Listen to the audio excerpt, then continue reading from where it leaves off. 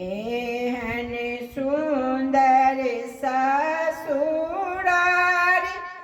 अयलहुँ पाहुन बर बिचारी। सुंदर ससुरारी पाहुन कयलहुँ बर बिचारी। पयलहुँ सीता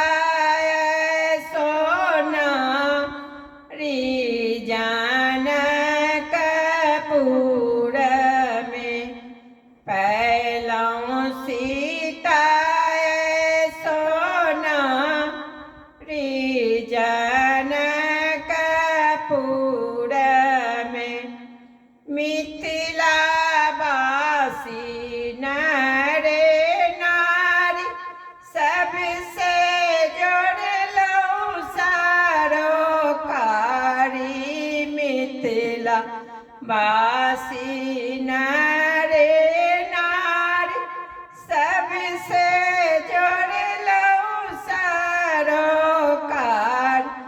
पयलहुँ सुंदर सरहोज सारी जनकपुर में।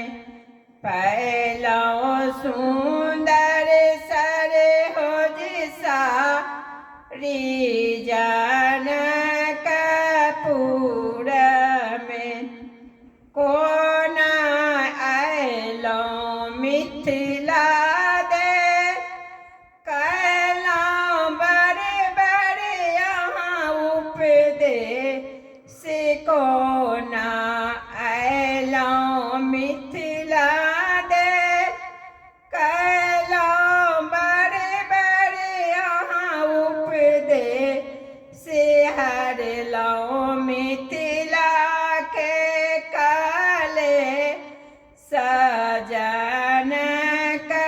जनकपुर में। एहन सुंदर ससुरारी पाहुन कयलहुँ बर बिचार। पयलहुँ सीता सुंदर नारी जनकपुर में। पयलहुँ सीता सोनारी जनकपुर में। मातु सुनैना सनमा बेटी सीता सनि भाई। पयलहुँ अहाँ सनि जमाई जनकपुर में। पयलहुँ अहाँ सनि जमाई जनकपुर में। सुनि सुनि दुल्हा हर्षा मुस्का रहल जमा। सखी सब लोग काली समुदाय जनकपुर में। सखी सब लूटती